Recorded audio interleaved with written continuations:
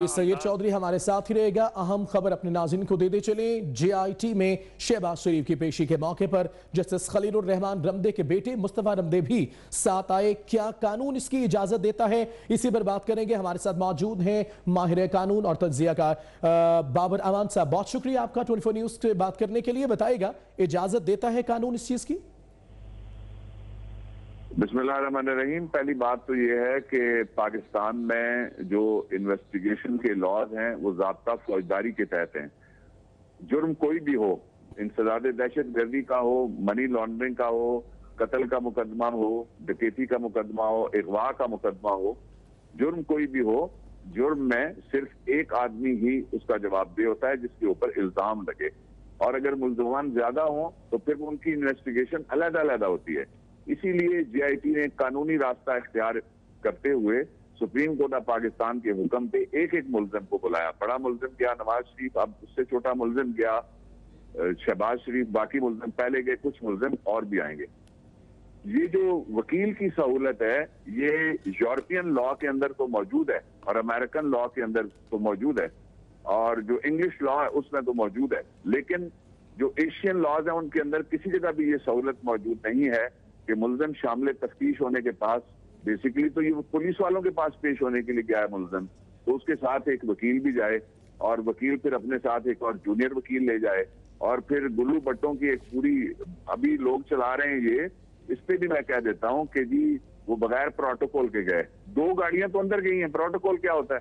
पूरी रियासत के सारे एहलकार खड़े हैं और पूरी रियासत के सारे अहदेदार वहां पे खड़े हैं उसके साथ। ये जो गया है वजीर मिसाल के तौर पे, इसका क्या काम है वहां पे? ये तो अलग से मुल्जिम है, इसको जब बुलाया जाएगा तब ये जाएगा। तो आज एक कानून टूटा है, एक उसूल टूटा है तफ्तीश का, और दस्तूर का आर्टिकल 25 टूटा है, 4 टूटा है, 9 टूटा है। सबसे बराबर सलूक होना चाहिए। आपने देखा है JIT में बैठे हुए लोगों की जिनकी पहले वीडियोज आई हैं, खा वो डॉक्टर आसिम हो, खा वो कोई और मुजरिम हो, तो वो एक एक आदमी को सामने तफ्तीश किया जाता है। इस तरह से कोई बारात अगर लेके साथ जाएगा तो वो फिर तफ्तीश में शामिल होने के लिए नहीं जा रहा, वो तो वहां अपने रोब दबदबे के इजहार के लिए जा रहा है जिसमें कानून की गुंजाइश नहीं। और आर्टिकल 25 ये कहता है कि सबसे बराबरी का सलूक किया जाए। इसका तो अदालत को नोटिस लेना चाहिए कि किस तरीके से ये रोब डालने के लिए इतनी बड़ी बारात 2 गाड़ियों में साथ लेके गए और साथ दावा कर रहे हैं कि हम बगैर प्रोटोकॉल के गए हैं। जी ठीक है बाबर अमान साहब, किस हद तक मौसर साबित हुई अब तक की तफ्तीश? मैं समझता हूं कि तफ्तीश का रुख बिल्कुल दुरुस्त है और तफ्तीश बिल्कुल मौसर है। सुप्रीम कोर्ट ऑफ पाकिस्तान ने तफ्तीश का दायरा कार तय करने के लिए 13 नुकात लिख के ये जो JIT है इसके ज़ाब्ते तय कर दिए हैं कि आप ये सवालात पूछेंगे। सवाल तयशुदा हैं कि पैसे कहां से आए, सवाल तयशुदा है कि आपके पास मनी ट्रेल है, सवाल तयशुदा है कि बच्चों के पास अरबों रुपए किधर से आ गए, सवाल तयशुदा है कि नवाज शरीफ 4000 टैक्स देते रहे और शाहाना जिंदगी किस तरह से गुजार रहे हैं। क्या सियासत के अलावा इन्होंने कोई कारोबार किया या सियासत कोई कारोबार समझ लिया है? फिर आपके अब्बा जी के पास माल कहां से आया, ये माल कतर कैसे पहुंचा, दुबई किस तरह से गया, अजीजिया किस तरह गया, जद्दा कैसे गया, वहां से आप इसको लेके कैसे मेफेयर में पहुंचे? ये वो सवालात हैं 13 जो इनके गिर्द घूमते हैं।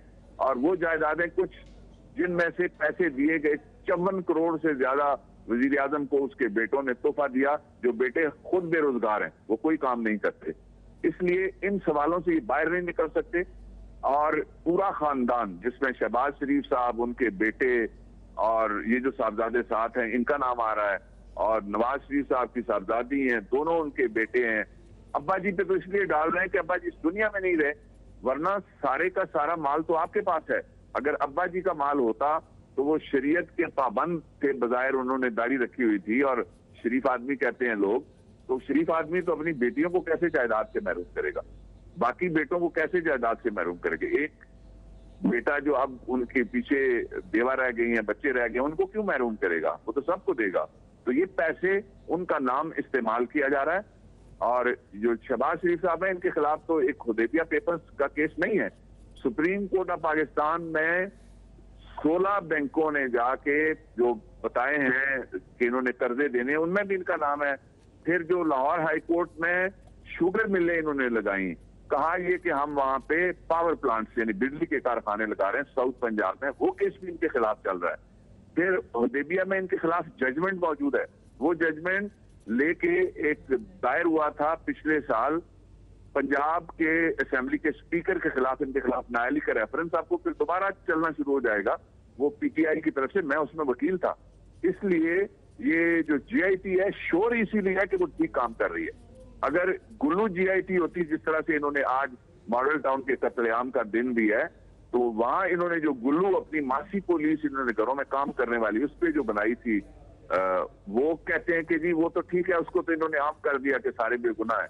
लेकिन उसी में एक अजीम जज है लाहौर हाई कोर्ट का जवान जस्टिस नजफी साहब, उन्होंने जो रिपोर्ट दी कहते हैं जी वो हम जाहिर नहीं करेंगे। तो इससे ये पकड़े जा रहे हैं कि दुरुस्त हालात ना होते अगर, तो इस वक्त इनकी चीखें हमालिया का कलेजा ना चीर रही होती।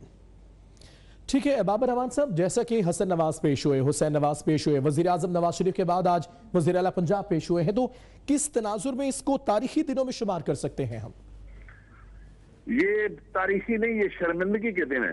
तारीखी दिन तो वो थे जब पेश हो रहे थे आके लाहौर में हजरत कायदे आजम पेश हुए थे, जो राजपाल के मुकदमे में वो पेश हुए थे, तो वो तो तारीखी दिन था। उसको तारीखी दिन कहा जा सकता है कि कायदे आजम साहब एक और मुकदमे में वो पेश होते हैं, तो जज उनको कहता है कि आप ज्यादा ऊंची आवाज में ना बोलें और आप किसी थर्ड क्लास मैजिस्ट्रेट के पास नहीं है।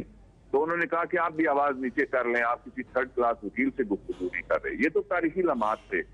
लेकिन ये क्या तारीखी लम्हात है कि अब्बा पे इल्जाम है, बेटे पे इल्जाम है, बेटी पे इल्जाम है, दादा पे इल्जाम है, भाई पे इल्जाम है, भतीजे पे इल्जाम है। ये तो मुल्ज़िम है। बड़ा बदबूदार किस्म का दिन है आज का दिन पाकिस्तान की गवर्नेंस के हवाले से, कि इतने मकरूह करतूत करने वाले जो चेहरे हैं वो बेनकाब हो रहे हैं। ये तारीखी दिन नहीं है, मैं तो समझता हूँ ये यौम शर्मिंदगी है इस खानदान के लिए आज।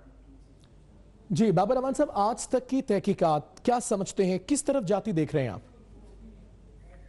मैं समझता हूं कि शरीफ खानदान बंद गली में फंस गया है, और ये नोट करके रख रहे मेरे अल्फाज। इस गली का दरवाजा सिर्फ एक जगह खुलता है, उसका नाम है अडयाला जेल। ये मेरे ससुराल के गांव के रास्ते में है।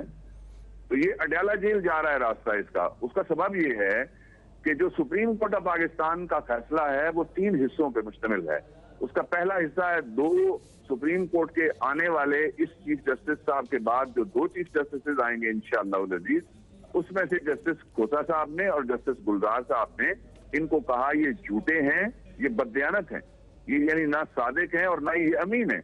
जो सादिक ना हो उसको काजिब कहा जाता है, और काजिब कितना बड़ा अरबी में एक लफ्ज़ है, ये किसी अरबी दान को ही मालूम है, मुझे भी अरबी आती है लिखना पढ़ना बोलना।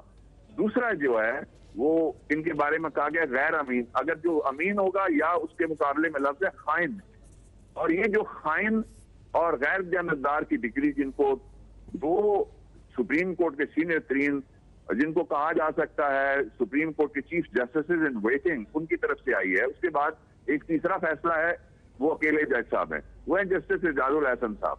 वो भी अपने फील्ड के बड़े माहिर और बड़े डिस्टिंग्विश्ड जज हैं। उन्होंने ये कहा कि ये बताएं, उन्होंने एडिशनल नोट लिखा अलहदा से, और उसमें उन्होंने कहा कि ये बताएं कि इनके पास ये जो पैसे हैं, और खास तौर पे मेटल हिल कंपनी और फ्लैगशिप कंपनी का नेल्सन और निस्कोल के अलावा उन्होंने कहा कि इसके बारे में बताएं। अगर नहीं बताते तो उन्होंने वाज़ेह तौर पे लिखा कि फिर नवाज शरीफ आर्टिकल 62 और 63 की जद में आएगा।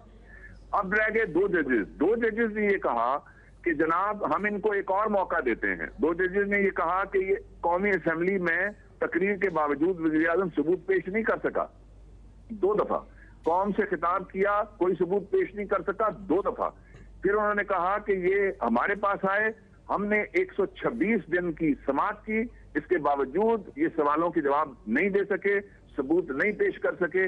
अब उनका फैसला क्या है, वो 4 हिस्सों पर मुश्तमिल है।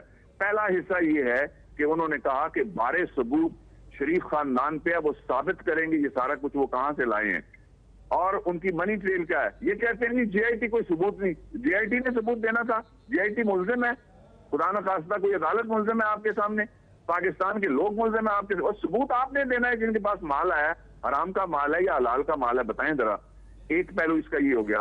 एक दूसरा पहलू है इसका जो बड़ा इंपॉर्टेंट है, उन्होंने इसको टाइम बाउंड कर दिया है, इस सारी एक्सरसाइज को, कि 60 दिन के अंदर अंदर ये एक्सरसाइज मुकम्मल होनी है। अब ये दूसरा सबूत आ गया कि जनाब इसमें से डिले का कोई रास्ता नहीं निकलेगा। इससे पूरी पेस जो बनी है वो ये है कि आज इनकी चीखें निकल रही हैं।